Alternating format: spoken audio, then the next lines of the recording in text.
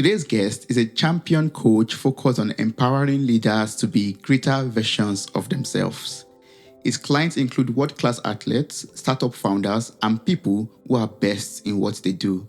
Welcome to the show, John. How are you doing? I'm so good, Toby. Thanks for having me here. Thank you so much for making out the time to be on this episode of Mirror Talk. I really appreciate it. I'm so excited about everything I'm going to be learning from you in this episode. Yeah, so I would just love to know, like from the onset, can you enlighten me on what, a coach is, like what is a champion coach, and how did your life journey, navigate you towards becoming a champion and success coach? Thanks for asking. Yeah. This word champion is something that I use because of its dual meanings, two different meanings, and I mean both of them when I use it. And so I mean it in the sense of like the king or queen's champion, that is the person that is there to defend their right to the throne at the coronation. And so to be, that's where it comes from, to be a champion for somebody, to be a warrior for them, to fight for them, for their truth, for what they deserve, for their greatness. And so as a coach, that's what a great coach is in general. It's being a champion for another person. Yes. And I also mean it in the sense of being the absolute best at whatever it is that you do. I am the best coach. I am the best father. I am the best husband. And that's not like, I know because I've compared myself to everybody else in the world and I have the evidence. It's like, no. It's a commitment. It's a commitment. You could say I'm committed to being the best. No, just grab it. I am the best dad. And it's just a way of seeing yourself. And so when I say I'm a champion coach, I'm saying I'm for you and I'm the best. It's like, I'm very inspired by Muhammad Ali. Yes. He spoke for years, I am the greatest in the world, before anybody knew who he was. And he became the greatest in the world as a boxer. And it's that same kind of idea. So I'm a champion in both those ways. That's what we mean when we say champion coach. It's a kind of a funny way. It's kind of cliche to say, but I've always been a coach. I've always been a champion for people. But it's true. But how did it come into form? Like, I haven't always been professionally doing that. It started as always being a champion for myself. You have a background in engineering. I have a background in physics and math. So we probably have similar minds. Like, I've always just wanted to understand how things work and make them work better. And I was very fascinated with leverage. What's the little thing that I could do that would have the biggest outcome? I love model rockets. I push this one little button and that thing goes up into space, but it goes up into the sky. Just leverage. And so what's the smallest thing that I can do that can make the biggest change? How do things work? And that was always a self-interest and a self-orientation. And then I saw that other people out there are trying to do things and get stuff done. And it would be fun for me to help them to find the smallest thing that they could do to make the biggest change. And so it was just another chance to do that thing that I love doing with myself. Yeah. And so it was just a natural outpouring and extension. So that's just how it was my thing. But as far as a profession, I had different businesses. I had a real estate business. I had a web media company in my 20s. And then when I settled in London after traveling for a while, I also had a hobby interest as a magician. So I was doing card tricks on the streets like David Blaine, and then psychological magic like Darren Brown from the UK. And then I learned about hypnosis. And then that's what led me to understand the psychology of the mind. And magic as an entertainer, it's about illusion, right? But the way that magic works is it's not so much the thing you do with the cards in your hands. What makes it magical is the story that you tell and the way you communicate and the experience of that trick that it creates in the other person's mind. And so I became really understanding how our communication creates our experience. And I was doing that for entertainment purposes, but then it started to fold into my work in helping myself and helping others. And I realized that the experience we're having is what determines the actions that we take in our life. And the actions are the things that determine our results. And so I put the two things together. And it's like the way that we communicate with people creates the experience they have in their body, which creates the actions they take, which creates the results they get in their life. And so the magic kind of folded into, just my natural way of helping myself and others. And that's when I discovered the coaching world. It's like, oh, I can do this as a profession. And so on the footer of my email, I have the Aramaic language for the two words avra kadavra, which we know as the one word abracadabra. We think of it, like a magic trick, but it actually means I create as I speak. Through my speaking, I create myself, I create others. And so that's how I came to be a coach. Wow, that's so awesome. That's beautiful. Thank So, you. as a follow-up question to your experience as while being a magician and also hypnotist, yes. So, how does our communication affect our experiences, and how can we communicate in a way that we, create wonderful, beautiful experiences out of it? Well, when I listened to the little trailer on your podcast right up at the top, that 1 minute one, right at the end, you said something to the effect of, I'm not going to get the words exactly right, but you are enough, you are loved, like you're just as you are, something really lovely like that. And when a person listens to that and they hear that and they consider that, what happens in their body? They relax. They feel at peace. They feel there's truth in that. Or they could sit there thinking to themselves, I'm not enough. I'm not successful. I'm not loved. And that creates an experience in their body. So that's literally like the words that we think create our experience. And the words that we think are in part directed by the words that we hear that are spoken by others. So I said I'm a fan of Muhammad Ali. I'm also a very big fan of Fred Rogers, the American children's television host. I don't know if you've heard of him. Mr. Rogers, they call him in America. There was a great documentary about him called Won't You Be My Neighbor? But I loved him growing up, and I've loved revisiting and reading all his books. And that was the essence of him. Like his whole mission was to give children a sense that they're cared for and they're enough exactly as they are. I love you just the way you are, or I like you just the way you are, he would say all the time. And the constant repetitive casting of the spell, I like you just the way you are, will inculcate into another person's being that they're enough as they are. They'll feel loved. They'll feel relaxed. They'll have more access to the creative faculties in their mind. They'll be more creative. They'll be more willing to take risks and to take actions because their body is relaxed, because they feel safe and loved. And so I want to be a source of that for my clients. That's part of my being a champion. But I also want to teach my clients to be that for themselves. Yes. So if someone comes up to you and says, John, I really want to be successful, I want to be a champion of my life, how would you advise that person? Like, what do we need to know, or what do we need to do to become successful and the champions of our own lives? Well, first I would want to know where the hell we're going, because if I have 10 people that tell me they want to be successful and they all succeed in that, we're going to end up in 10 different places. So I would ask them, what does that mean? Like, what is succeeding in what? It's like, I want to be a successful at what? Tell me more. Yeah. So one has to really know what is our end goal is, for example. Yeah, what is the end goal? And that's not just so, it's not just so we can get to that goal, because otherwise we're just trying to aim for some amorphous thing called success. Of course, that's the reason we want to know what it is, because we know where we're going. But there's actually other reasons that I want to know first. The first reason I ask is because oftentimes people don't even know what that is or where they would be. And so we got to deal with that right away. Right? Because they might be like, well, I would just want to have kids. And like, we already do. Then I already am successful. Okay, cool. You're done. I'll send you an invoice. And then, or somebody might know exactly what it is that would have them be successful. But through our conversation, we come to find out that success they're seeking is an expression of their fear that they're not enough. And once they heard Mr. Rogers and they heard Toby on his podcast and they realized that they are enough exactly as they are, they might not want that anymore. And so I don't want to just help somebody create success because maybe they don't even know what it is, or maybe what they think is going to make them successful is an expression of their fear and is never going to have them actually be fulfilled. So I want to get into the conversation around what success is for you, but mostly to help you to get clear on who you are and that you're loved first. And then let's go and create. Let's make stuff happen for fun as love, expressing our love and joy. That's true. Oh. So to you, John, what does success mean? What does it mean to you? Yeah, great. Thanks for asking. Success means doing what I love. Being love and doing what I love moment by moment. That's like, for me, that's a successful life. That's being a successful person.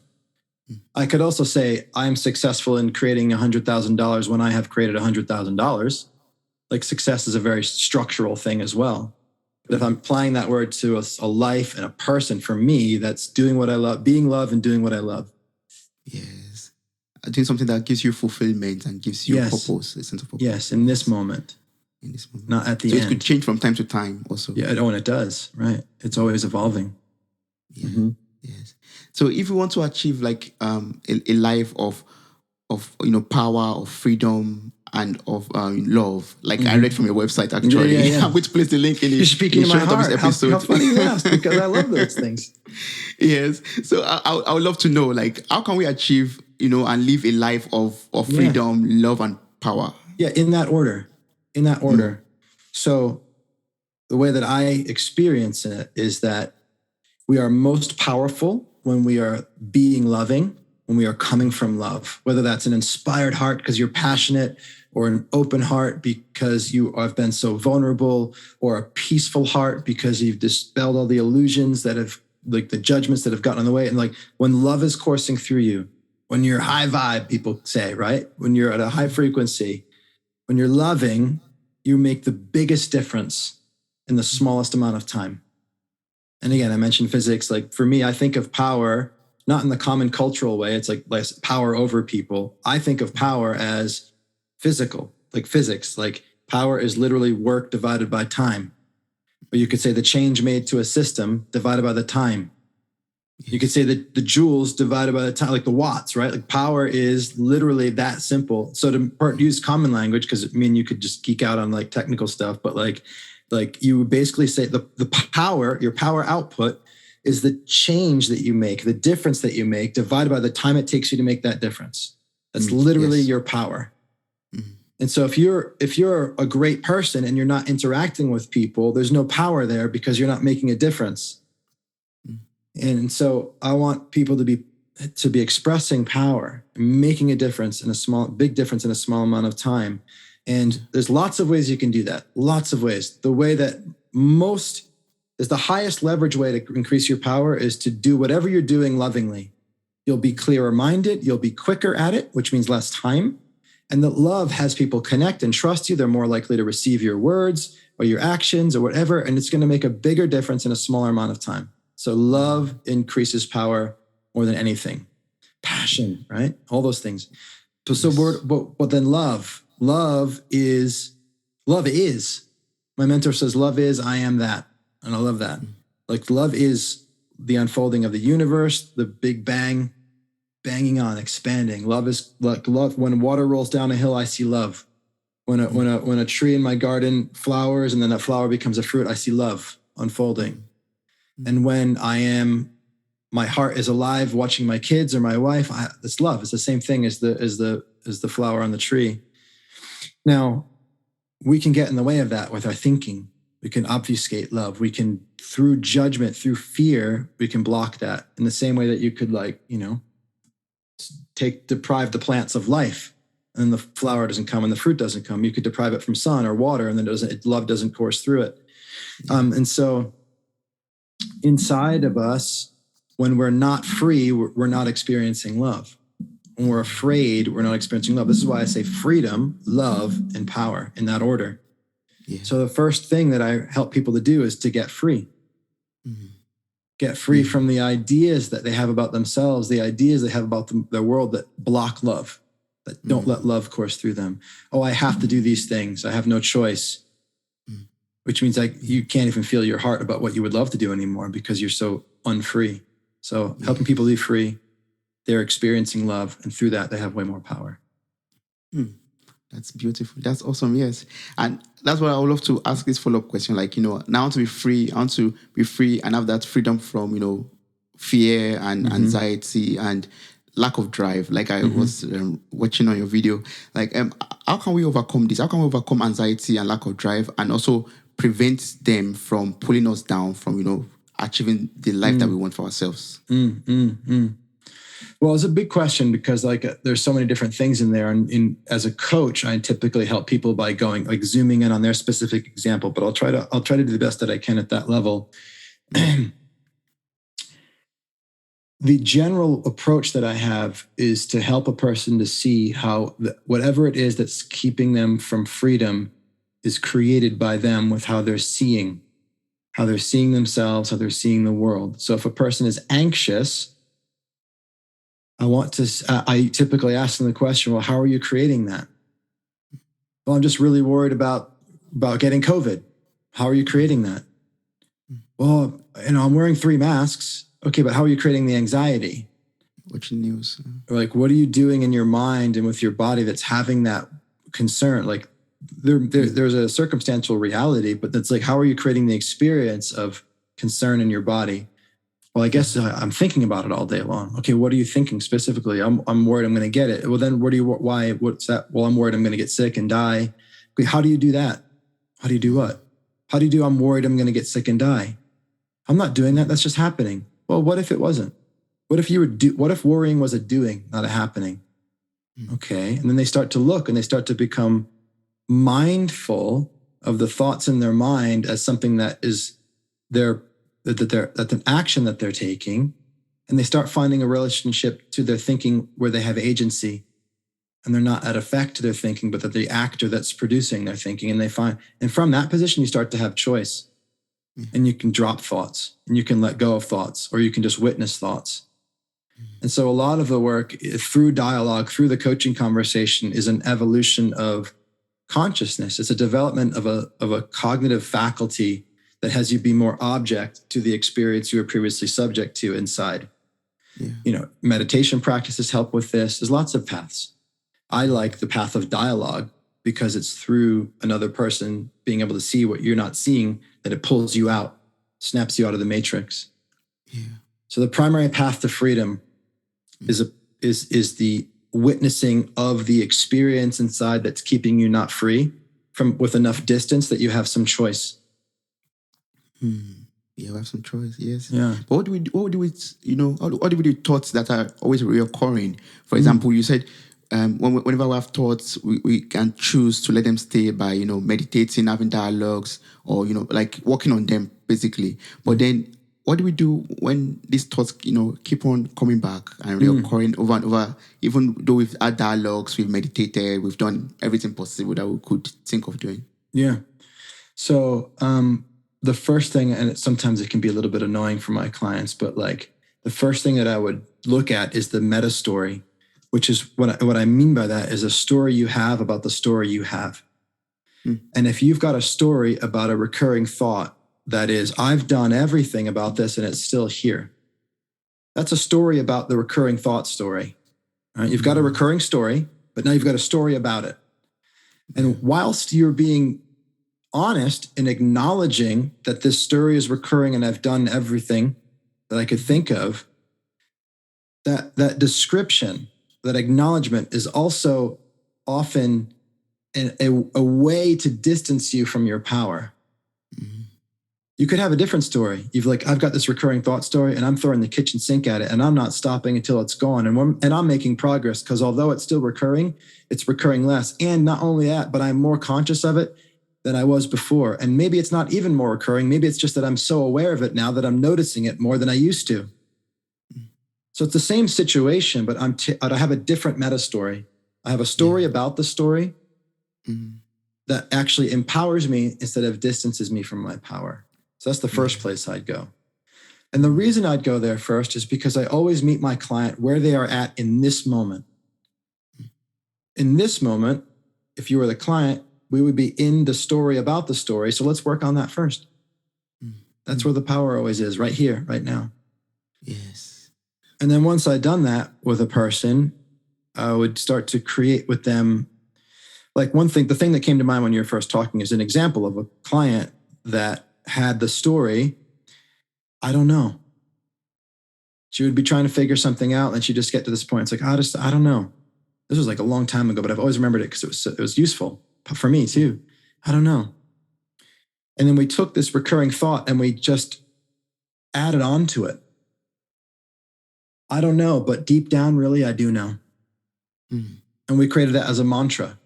And she would practice in the morning. I don't know, but deep down, really, I do know. I don't know, but deep down, really, I do know. I don't know, but deep down, really, I do know.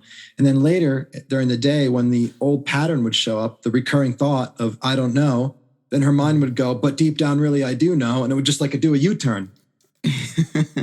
Wow. So you take the recurring thought and you use it. You add on to it. You have it be the entry point into an empowering statement. Wow, that's so brilliant. So if every time somebody walks by a reflection, they had the recurring thought, I'm ugly. I would just create with them, I'm ugly when I forget that I'm beautiful.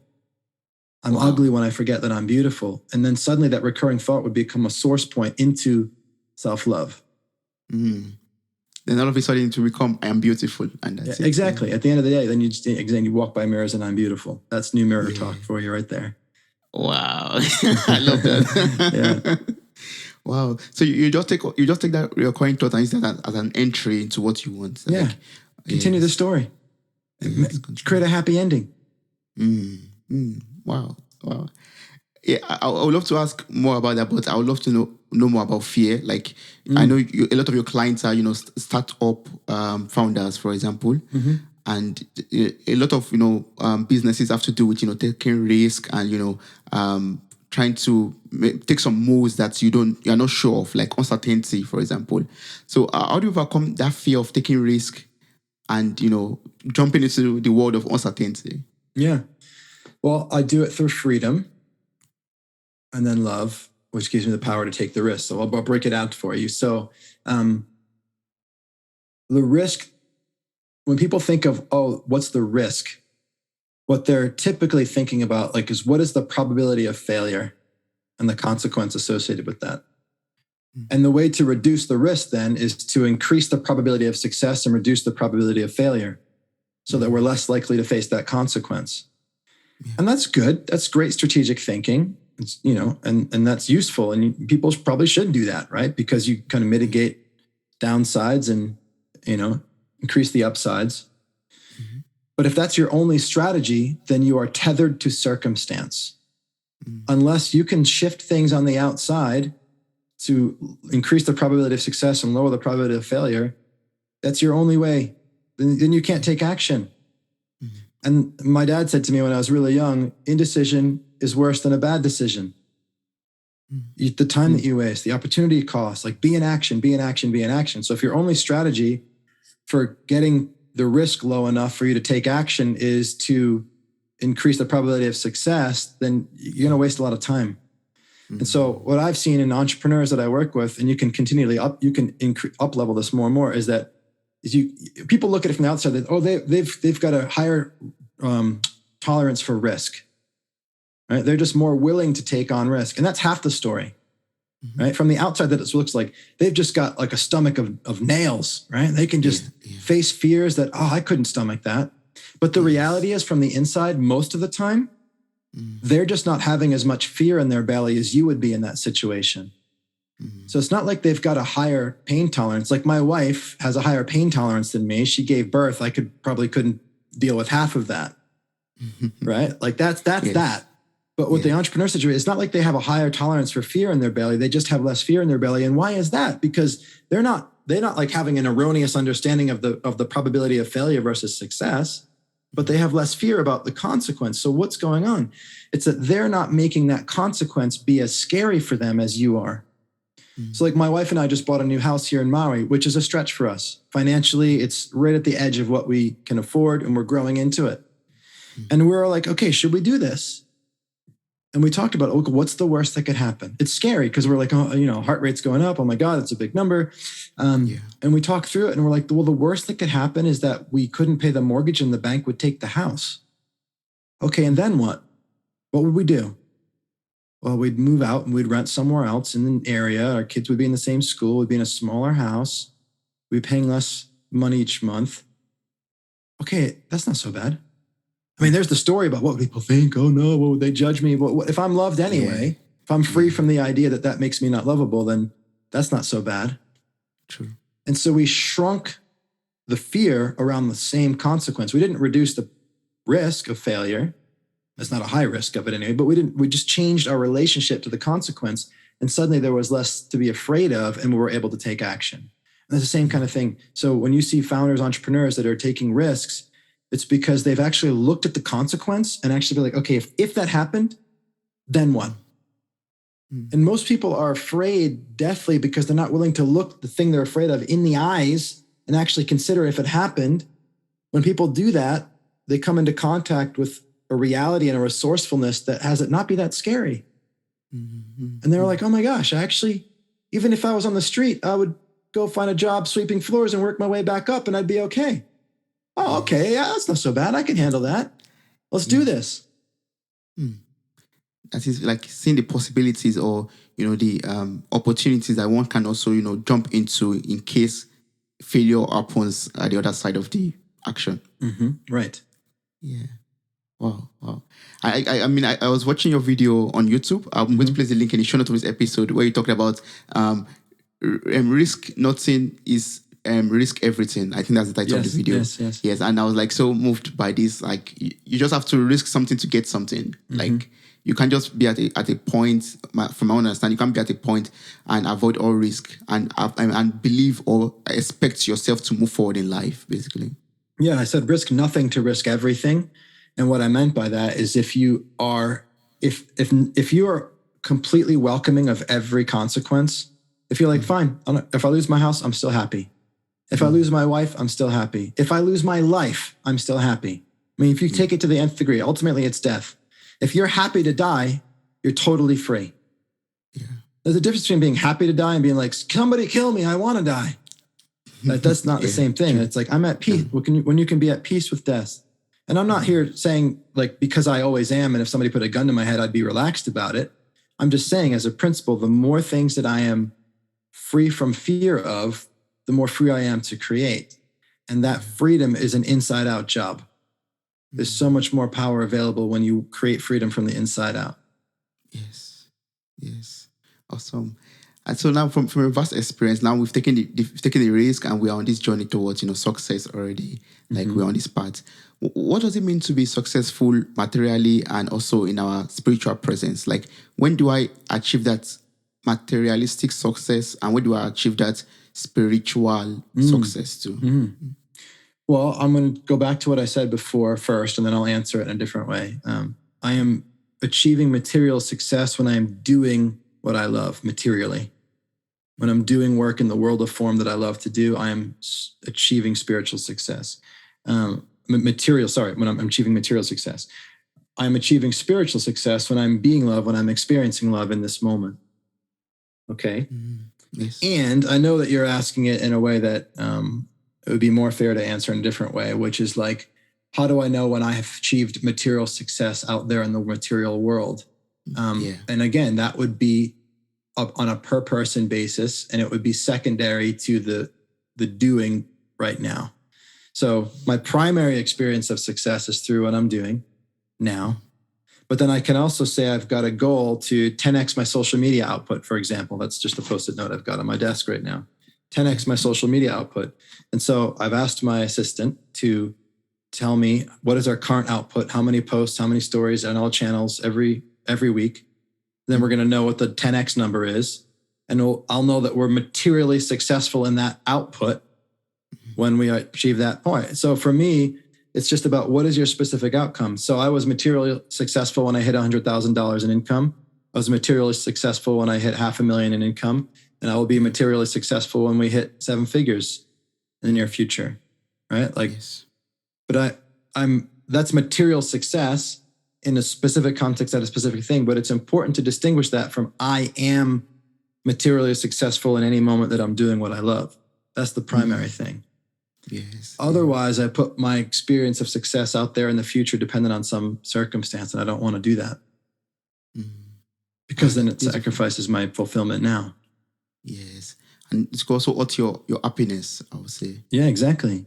Yeah. Happiness comes first for me. Yes. And that's why I would love to talk about happiness also. Like okay, cool. I also watched like a video on happiness. I don't know. I'm not sure of the exact title. Yes, I know the exact title. Sorry, it's about the simple secrets to happiness. That was the title of the video. Yes, and I get it. Yeah, you got it. So can you like share this secret with me, like with us? Like I know it's from the YouTube video, but can you share it's okay, with the listeners? Of course, that's why I'm here. For me, the simple secret to happiness is to be happy to be unhappy. I am happy to be unhappy. Because what happens the moment I'm happy to be unhappy? Like being unhappy, like it's just a fact. People are going to be unhappy. I'm going to be unhappy at certain points. I'm going to get angry. I'm going to have a feeling, an emotion, sad. And if I'm sad to be sad, I get more sad. If I'm angry to be angry, I definitely get more angry. If I'm angry to be sad, I get angry. But if I'm happy to be angry. Yeah. I don't get more angry. Mm-hmm. I start to feel happy. And so if I'm happy to be unhappy, then that unhappiness melts and happiness comes. Mm-hmm. So I'm happy to be whatever I'm being. The secret to happiness is not to try to be happy. It's just to be happy with whatever is going on. Yeah. To be okay with what's going on, to be okay with what is, to love what is, in the words of Byron Katie, who's a spiritual teacher that I really love.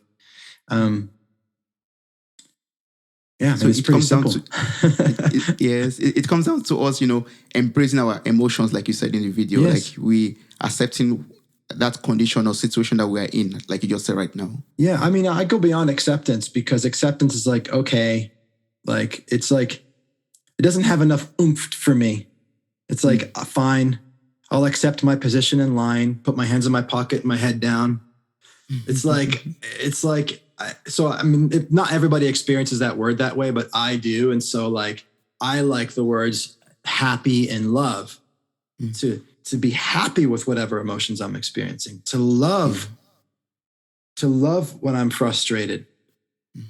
And not like love and like, oh, I desire more frustration, just like the compassionate, like I'm okay with it in a very loving way. Yes. Wow. That's true. What you are just saying right now is, it's teaching me a lot, and it's also making me change my way of thinking about, happiness. Like in one of the videos you are saying, in one of the videos you talked about, when you strive for happiness, it could lead to unhappiness, and that's what you just explained quite right. Like, Yeah. That pursuit of happiness could make you unsatisfied and lead to you becoming unhappy at the end of the day. Yeah. Yeah. I'll be happy when is an unhappy experience. Yeah. So basically it boils down to us, being contented with what we are or how we are at the moment, and be happy with it that way. Yeah, we fly a smiley face flag in front of our house. And when I look out the window and I'm happy, it's like, yes, see, it's affirming. And when I look out the window when I'm not happy, it's just a reminder to be okay with that. Like, I'm happy to have a happy flag in the house and have me shouting at my kid on the inside. Yeah. Not because I'm ignorant or I don't give a shit or I'm happy being inauthentic, but I am happy to have that flag out there and to be shouting at my kid inside, because I know in the past when I was not okay with me shouting at my kid, to the degree at which I'm shouting at myself or shouting at my kid, I shout at my kid more. And ever since I've been happy to shout at my kid, I've been shouting less and less and less and less. Yeah. My wife and I just went out for dinner the other night. She's like, wow, that was the first time you raised your voice in such a long time. And I was like, that's crazy, because I used to so much, like earlier in our marriage. It's been months. Yeah. That's good. But it comes from but the paradox is, thank you, it comes from being happy with it. Because we don't realize how much of the shit we feel is actually a result of feeling shit for feeling shit. Yes. We're just caught in a loop. And the way out of the loop is to be happy to feel shit. Yes. Just embrace it. Like, like just be happy with it. Yeah. Embrace it's good. Give it a hug. Yeah, I'm not feeling so good right now, but I'm okay. I'm okay with I'll that. accept it. Yeah, I'm okay with that. It's not I'm okay as a contradiction to I'm feeling good. It's like I'm not feeling okay right now. Oh no, I am feeling okay. No, that's not what I'm saying. That's different than I am okay with not feeling okay right now. That is very different than trying to switch from I don't feel good to, oh no, I feel good. You're bullshitting yourself. You don't feel good. True. But just choose to be okay with that. That's different than trying to fake it. That's true. Fake that it's not good. there. Yeah. Yeah. Yes. So I'd love to come in from perspective of you being a champion coach again and a success coach, and I'd love you to tell me how I could change the way of my thinking, like you're already doing in terms of happiness and everything. Like, how can I change my mindset or my thinking in order to affect my ambition or my productivity, in order to become much more productive and in order to be much more ambitious? Well, the way that I help myself to be more productive is to first ask myself, like, again, getting clear on what that is, right? Because it's just a concept. And oftentimes if I'm like, oh, I want to be more productive, it's oftentimes an expression of my not feeling enough. And so what I need is some concept and more of some concept, and then I'll be okay. So I'm always very suspicious whenever I'm seeking something conceptual. When I'm seeking something specific, it feels more like it's typically more true. So the first thing I would do is to check in. Like, why do I want to be? What's really going on? Oh, I'm just feeling like I'm not enough. Oh, like because I haven't watched the kids enough this week and I've been working, so I'm worried about what my wife thinks. And so therefore, I'm thinking I need to be more productive in my work. But it's just a grasping at some trying to feel like I'm enough. So I'm always going to start there. And if I start there and I find out that like, no, actually what I want to be, let's just go back to my example. I want to 10x our social media output faster. I want to be more productive in achieving that outcome. I want to do more, get more done in less time. We're going back to the power. Higher power is more productive, more difference made in less time. Okay. And so how can I do that?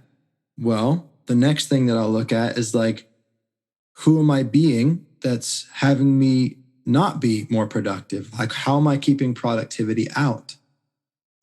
Well, I'm not being clear and specific on the actions that I want to take. You know, I haven't set a timeline with my business manager on like when these benchmarks or milestones are going to be achieved. I start to see the things, but I see them through asking, how am I stopping it? How am I getting in the way of it? Yeah. Which is just it's the opposite way in of like, what more can I do? How am I being the obstacle to productivity? And the reason I like to ask it that way, besides it's like a handy way of helping me to see things, is because I believe that when we are in a space of love, we are super productive. And so by looking at like, where am I not being loving? Where am I in fear? Where am I procrastinating because I'm worried about something or something doesn't feel true for me? Then it helps me to move stuff out of the way. And then like love just courses through and productivity goes, super fast. And so within that, another way I look at it is like, what is it that I've got on my to-do list that I wouldn't love to do? Because I don't want anything on my to-do list that I don't love to do, because if I were to do that, I'm no longer successful in my definition. Because now I'm doing something that I don't love.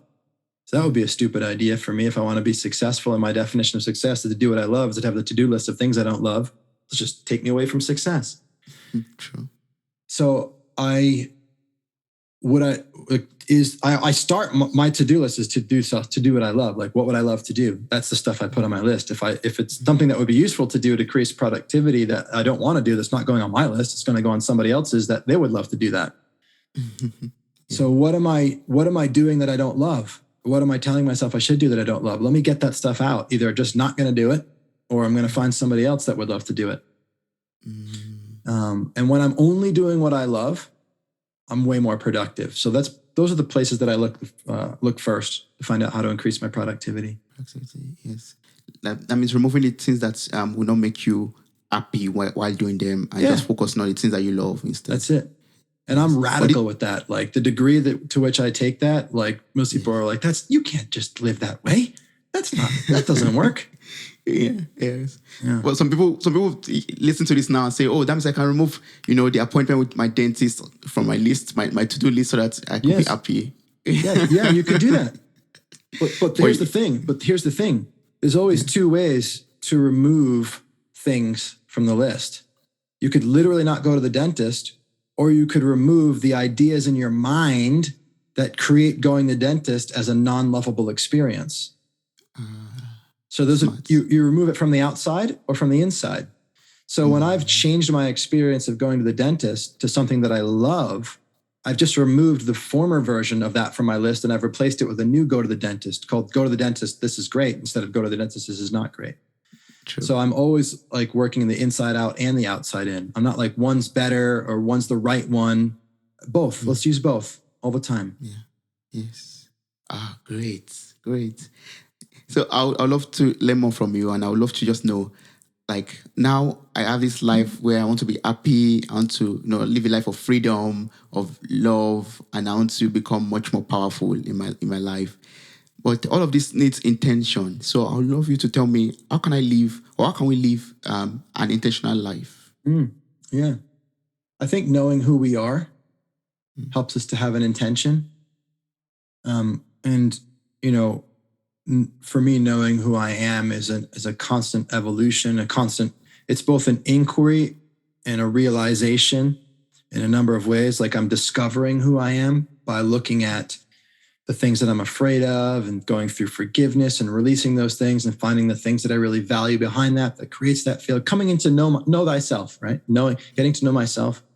Yeah. But it's also an act of creation. Like for me, authenticity is authorship. I'm designing and creating who I am. I'm declaring who I am. I'm deciding who I am. And I'm taking these ideas and I'm keeping them present in my life on a recurring basis. Every morning when I wake up, I open my journal and I write ideas about who I am. I am creation creating itself, and my being is primary. I am forgiving. I am free. I am loving. I am desire, and I do not need. I am still. I am silent. I am asking and listening. I am guided and cared for. I create these ideas on a recurring basis, and they're little meditations. They're ways of contemplating, like, this is who I am. And then I look up at the world and my day and my life and my kids, and I see my kids through the idea that I am asking and listening. So what do I do when I see my kid? I ask him a question and I listen because I am the expression of who I am. When my wife wakes up in the morning and she has had a rough night's sleep with the baby, I am loving. And why do I put my arms around her? Because that's who a person that's loving is and what they do when they see that. And so my intentions, like in any moment, and also the ones in like my greater plans, are the expression of who I am meeting the world. Yeah. Creating possibility. Yes. Living a life of love and creating possibility. Yeah, for me, life of love, because that's who I have discovered and choose that I am. Yes. And people discover and choose that there are all sorts of things. And when you know who you are and you meet the circumstances of your world, intentions are born. What's your intention in this moment? Well, I am a generous person and you look like you could use some help. So my intention is to help you because that's who I am. And that's what's going on right now. Yes. That's beautiful. Yes. Wow, this is so amazing. I've learned a lot from you already from this short conversation. And I can't, I'm sure there are a lot of more things, like a lot of things that one could learn from your programs. Like you have the Creator Circle and you have your private coaching services. So can you tell me about them? How can we, what do you expect to learn from them? How can we enroll to these programs and who are they meant for? Yeah, sure. We work with clients in a few different ways. It's all centered around dialogue, being in conversation. But we have, you can work with our coaches, myself and our coaches on our team one-to-one to be in a conversation that helps you to see who you're being that you don't realize you're being. Yeah. That's creating your experience and your actions and your results or lack of results. And we can help you shift that through how you speak to yourself, through how you contemplate who you are, through becoming more conscious of that. That's what dialogue does. But we also do it in some group contexts. We have Creator Circle, which is a group of people, 12 total, who are in this kind of conversation for 2 hours every week for a year. And it's the being in this conversation over and over and over again every week that helps you to become more conscious of how you're actually creating your experience by the way that you think. In the beginning, you kind of intellectually get it, but by the end, you're so conscious of it that wherever you walk through the world and people talk and you can just see the whole matrix of the world that they're embedded in just come out of their mouth. And you're like, wow, they don't even realize they're creating their reality as they speak. Wow. If I could just have a conversation with them. A lot of our clients end up either becoming coaches or doing coaching because like when you learn to coach yourself and create yourself so powerfully, you can't help but help others. And we do work with coaches as well. And then we have this other program that's an intensive training called Being a Client Magnet. This is for entrepreneurs, mostly sole proprietors, consultants, people who are both the service provider and the sales engine of their business. And essentially, it's a training on how to create yourself contextualized to the context of, you could call it sales, but client creation. And we think of it as like that people don't buy your service, actually. They want that, but they buy who you're being. They buy the trust that they have in you. They buy their experience of being with you, whether it's you painting their house, doing their plumbing, doing their taxes, being their coach. They're buying their experience of you. And we found that when a person, an entrepreneur, a creator, a coach creates a way of being with people that's powerful and free and loving, that those people just want to hire them and they want to invest in their service, whatever it is. And so we help people to learn how to intentionally and consciously create themselves as somebody who's genuinely, authentically magnetic, to express their natural self in a really powerful way. And we help them do that in the context of client creation. So we also help them to navigate the conversation from how do you have a conversation with the world authentically, not as marketing and advertising, but just as yourself, that draws people in and wants them to, and has them want to talk to you. And then once they're talking to you, how do you navigate that conversation so that they experience you in such a way that they want to make a financial commitment to working with you? Because for 10 years, I grew my business without doing any advertising, any marketing, just by focusing on growing myself and being with people. And so that's what we teach people to do in being a client magnet. That's our 8-week intensive training. And then the Creator Circle is a year long, where it's just dialogue centric. And we do one-to-one work as well. So people can come to my personal website, jpmorganjr.com, to check our stuff out. But we've also got a new company website that we're building right now, because I've been coaching for 12 years, but over the last couple of years, I started to have a team that work with me. So we're going to be called the Creating Company, the group of us together, a company of creators that are help people to become creators. Yeah, that was so beautiful. Yes. Thank you. And we'll get all of this update and information also on your website, on your current website now. Yeah, when it's done. Yeah, yes. Of course, yeah. Well, for someone out there who want to ask more questions, like we didn't cover half of everything that I wanted to ask you. But I'm sure maybe I can come back another time, yeah. Yeah, sure, please do.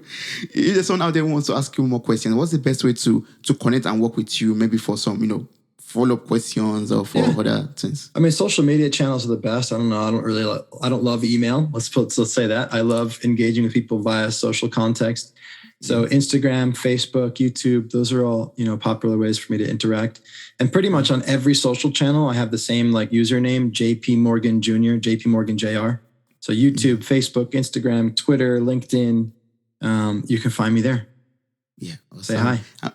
I'm going to place all of this information in the show note of this episode. So I encourage everyone to just click on them, copy them, and get across to John. Yeah. And, maybe ask more questions that we could, more than we could ask in this, episode. Fantastic. That'd Cool. be great.